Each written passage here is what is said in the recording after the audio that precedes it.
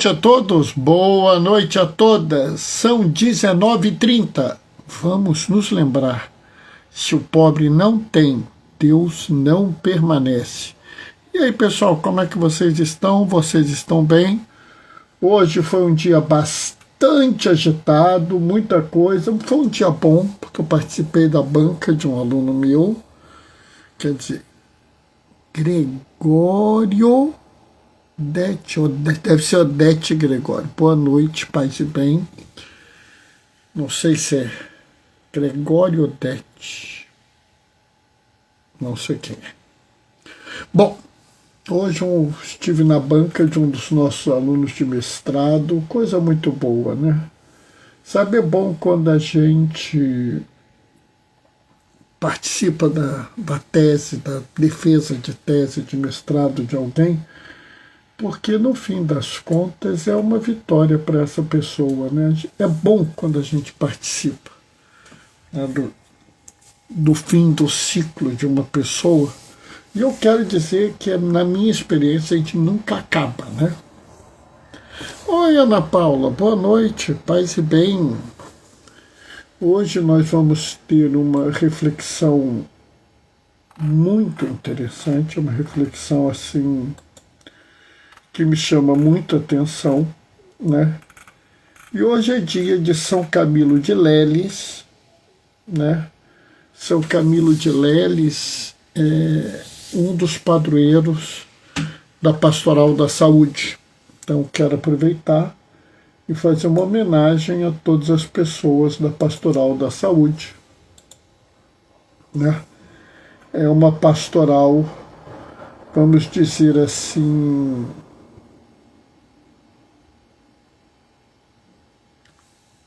complicada, porque as pessoas não dão importância para ela, né? Quando muitas pessoas falam dela no sentido de fazer visita no hospital, mas a real importância as pessoas não dão, né?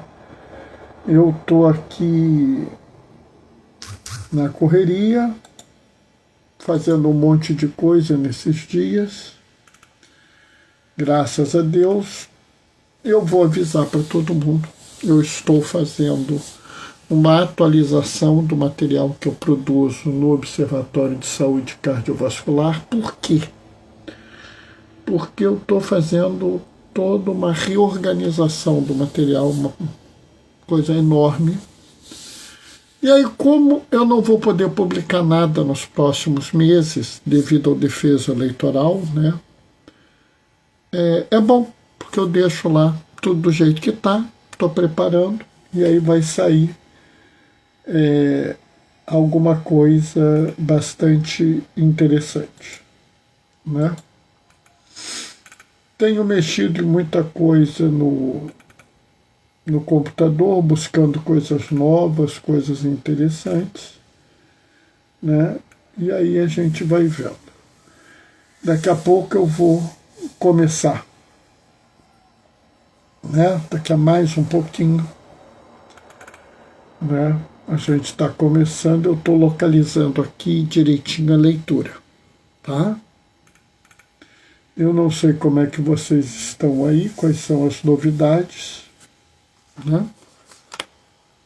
Eu estou arrumando aqui tudo. Hoje eu reorganizei a minha mesinha aqui também, sabe por quê?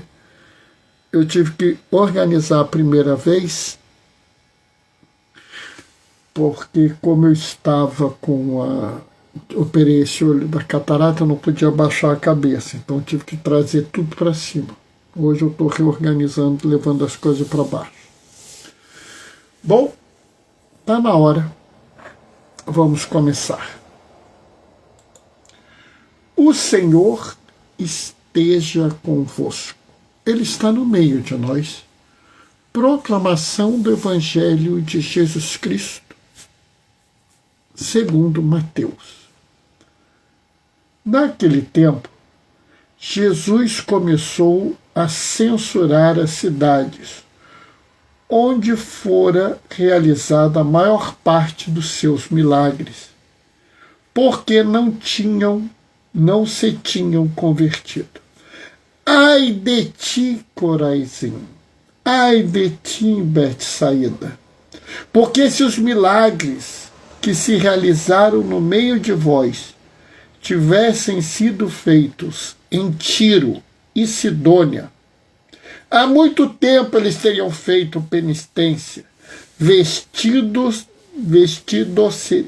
de silício e cobridos de cinza. Pois bem, eu vos digo, no dia do julgamento, Tiro e Sidônia serão tratados com menos dureza do que vós. E tu, Cafarnaum, acaso serás erguida até o céu? Não, será jogada no inferno. Porque se os milagres que foram realizados no meio de ti tivessem sido feitos em Sodoma, ela existiria até hoje. Eu, porém, vos digo, no dia do juízo, Sodoma será tratada com menos dureza do que vós. Palavra da salvação. Bem, vou aproveitar aqui e vou fazer uma consulta rápida, né, enquanto eu começo a falar com vocês. Bem, a primeira coisa que a gente tem que entender é o que tem de tão importante nesse evangelho. Esse evangelho usa uma expressão que é uma expressão muito importante, tá? Ai de ti. Ai de ti não é uma frase qualquer. Ai de ti, Corazim. Ai de ti, Betsaída. Sabe, esse ai de ti é para te chamar a atenção. Toda vez que você vê na Bíblia ai de ti, ai de vós, tremam. É assim a maior das condenações. É algo assim crítico. Ai de vós, fariseus hipócritas! Ai de ti, Corazim! Ai de ti! Ai de vós! É uma grande condenação. E aqui é meio estranho, porque Jesus está condenando cidades onde vivem judeus. Corazim, Betsaída, Cafarnaum. E ele está dizendo que cidades de pagãos, né, Tiro e Sidônia, serão tratadas com menor dureza. Para complicar, ele diz que Cafarnaum será jogada no inferno e Sodoma será menos cobrada. E sabe, toda vez que a gente fala em Sodoma, o pessoal acha que o grande problema de Sodoma tem a ver com o sexo. Né? De uns, vou dizer aqui, 50, não, talvez 60, 70 anos para cá, as pessoas começaram a achar que o grande problema da moral dos cristãos é o sexo. Começaram a envolver esse negócio. Porque os piores pecados são os pecados da carne. Porque os piores pecados são os piores pecados da carne. Talvez sejam, mas a carne aqui não é a questão sexual. E toda vez que eu falo isso, o pessoal reclama. E toda vez que o pessoal reclama disso, eu mostro os pecados de Sodoma. Pega aí na sua Bíblia, Ezequiel 16:49, e eu vou pegar aqui né? Ezequiel 16:49, o mozinho está chegando aqui. Boa noite, mozinho, paz e bem. Ela vai assistir lá da sala, né, mozinho? Eu vou assistir aqui da sala. Então, vai assistir ali da sala, me ouvindo. Bom, vamos nós. O que está escrito em Ezequiel 16:49? O crime da tua irmã Sodoma era este. Então aqui você vai ver os pecados de Sodoma. Opulência, glutonaria, indolência, ociosidade. Cadê o sexo? Cadê? Não tem. Vamos continuar. E assim vivia ela como suas filhas. Agora que a gente vai ver o pecado. Sem tomar pela mão o miserável e o indigente. Ué? Cadê o problema do sexo? Não tem. Havia opulência. Eles tinham muito dinheiro. Glutonaria, sobrava comida. Indolência e ociosidade. Né? Ou seja, mesmo havendo as coisas, eles não queriam fazer nada. Porque eles eram muito ricos. Né? Sabe, eu falo que é muito interessante. Eu ganho bem mais que a maior parte da população brasileira. Eu falo isso porque eu não sou hipócrita. Eu não sou hipócrita. Eu ganho bem mais que a maior parte da população brasileira. Bernardo, você não é rico. Eu sei que eu não sou rico, mas eu ganho bem mais que a população brasileira. Que boa parte da população brasileira. Eu garanto que eu ganho mais que 85% da população brasileira. Talvez 90%. Tá? Eu trabalho. E trabalho muito. Mas o rico, o cara realmente rico, ele tende a ser ocioso, porque ele não tem que trabalhar para ser rico. Ele faz uma reunião aqui, uma reunião ali e acabou. Ah, cansei. Mas ter muito dinheiro, ter muita comida, não trabalhar muito, não é pecado. É, Bernardo? Então, qual é o pecado de Sodoma? Está aqui. Sem tomar pela mão o miserável e o indigente. O pecado de Sodoma é a insensibilidade, é a indiferença, é a falta de prestar atenção nos que sofrem. Papa Francisco tem uma frase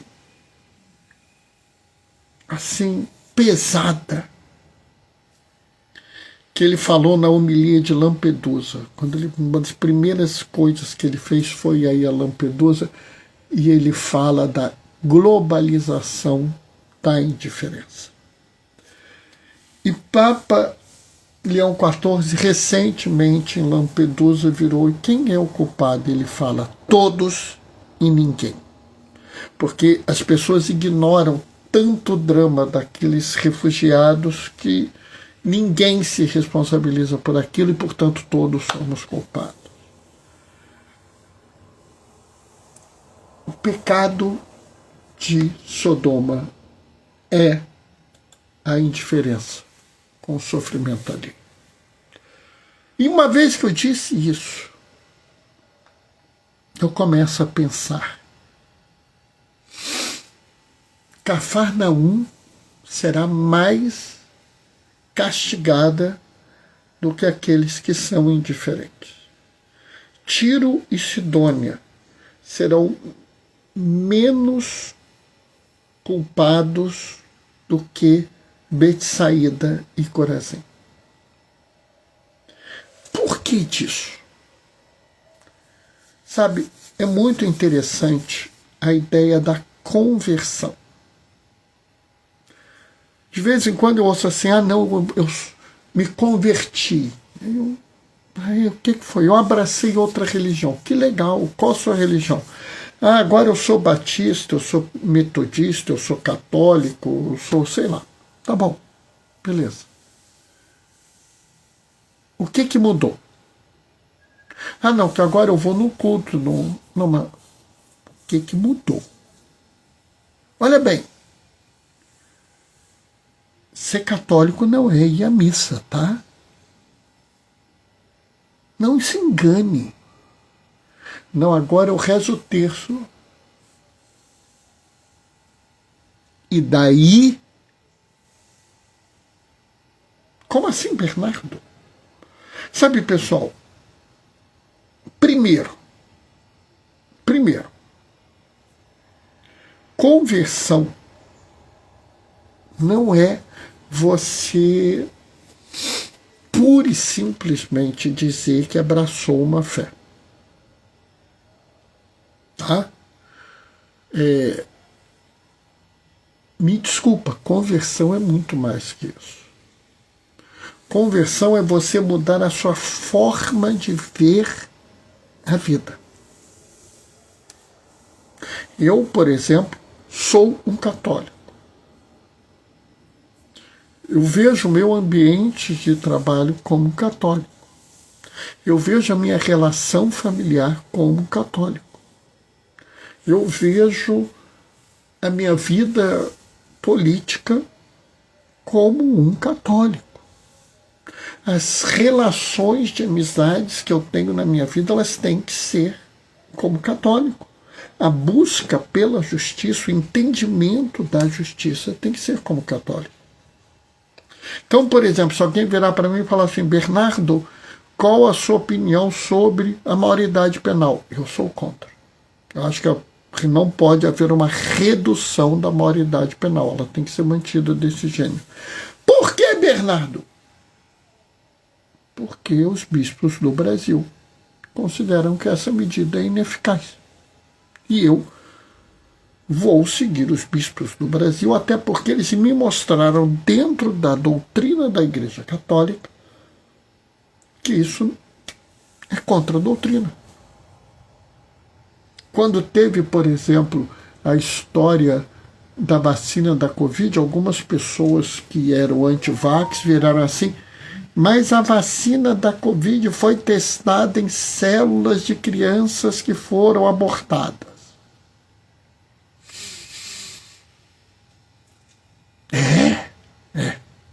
Opa! Deixa eu ler, porque o pessoal adora inventar uma moda. Eu fui lá ler. Em 1970 e alguma coisa, algumas crianças que realmente foram abortadas, mas não de aborto provocado, aborto espontâneo, os cientistas pegaram essas células e criaram linhagens de células para teste.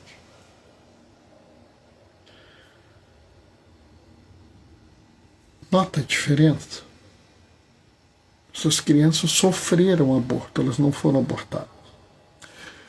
Além disso, isso não foi o motivo do aborto. Não se abortou as crianças para gerarem essas células, e sim elas sofreram aborto.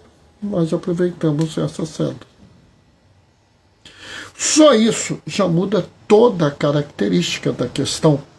Mas mais que isso, a Igreja se manifestou e disse que é lícito usar as vacinas mesmo com esse teste por causa de um princípio que é chamado causa do duplo efeito. Uma causa com dois efeitos. E eu sigo a Igreja. Quando você segue uma religião, você tem que ver o mundo com aquele olho. Você tem que falar a língua da sua religião.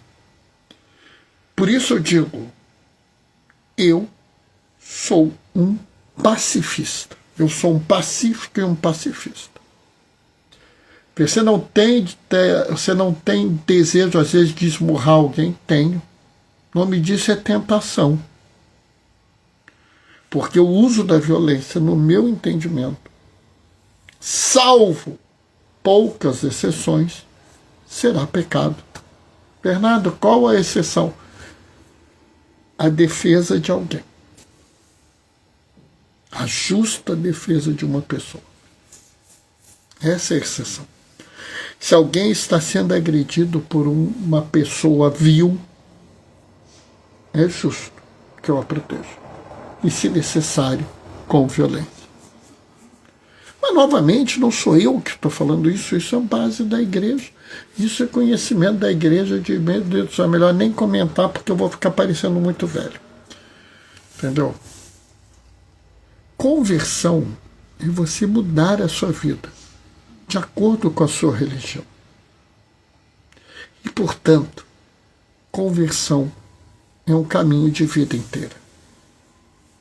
Porque a toda hora surgirão questões novas na sua vida que você terá que pensar a partir da igreja. Portanto, aqui é que tem um problema. Essas cidades foram abençoadas com a presença do Messias, com a presença de Deus encarnado no meio delas. Essas cidades foram abençoadas vendo os sinais da divindade de Jesus. Muitas pessoas, vendo isso, se converteram e mudaram a sua vida. Mas muitas pessoas ignoraram. Na verdade, a maior parte dessas cidades ignorou isso. E aí Jesus está dizendo: olha, já que vocês não se converteram, vai dar ruim para vocês. Mas tem um escândalo aí que muita gente não entende. Porque Tiro e Sidônia e Sodoma eram cidades super mal vistas. Eram cidades consideradas podres, pecadoras, dignas do inferno. E Jesus diz que elas terão melhor destino do que essas que são consideradas cidades boas. Uma vez eu vi uma piada, né?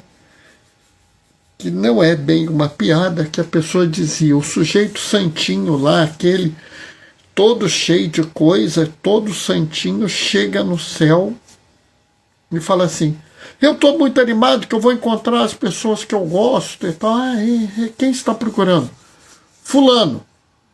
Não, fulano não está aqui não, ele foi para o inferno. Cicrano. E esse também foi para o inferno. Beltrano. Também está no inferno. Pelo amor de Deus, e não sei quem. Não, esse está no purgatório, mas vai ficar lá 50 mil anos ainda, porque tem muito pecado.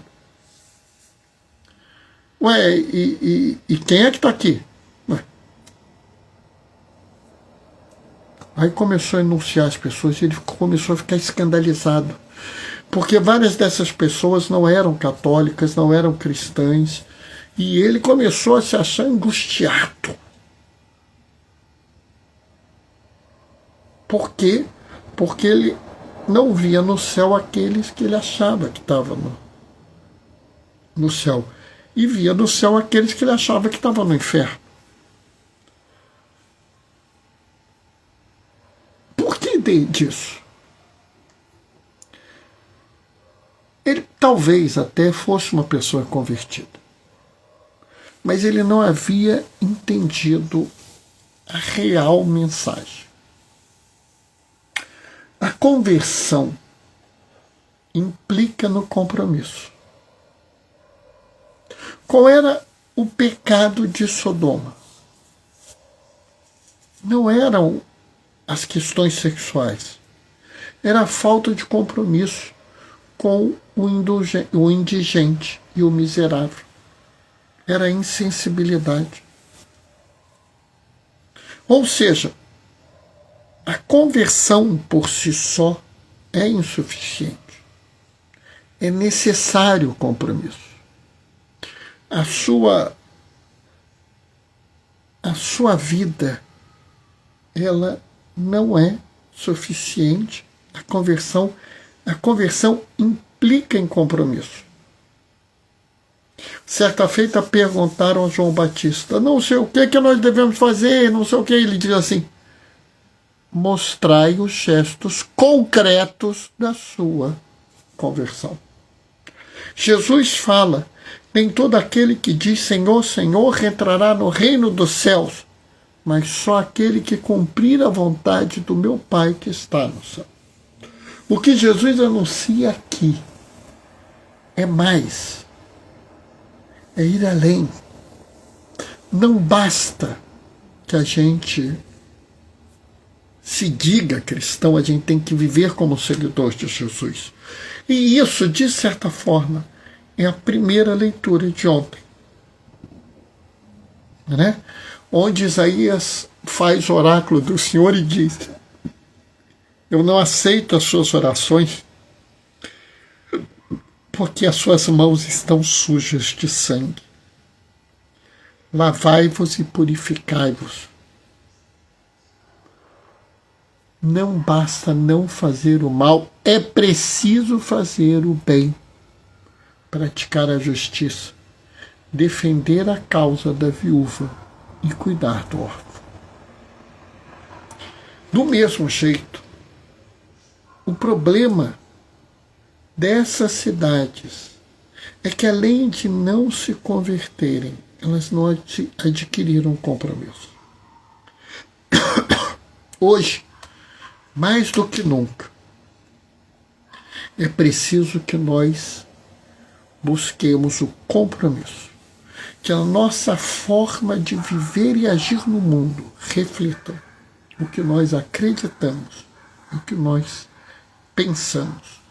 Ou seja, que as pessoas olhem para você e digam, aquele ali é um seguidor de Jesus, aquela ali é uma seguidora de Jesus, porque ele age como Jesus ensinou, porque ela age segundo a palavra do Senhor.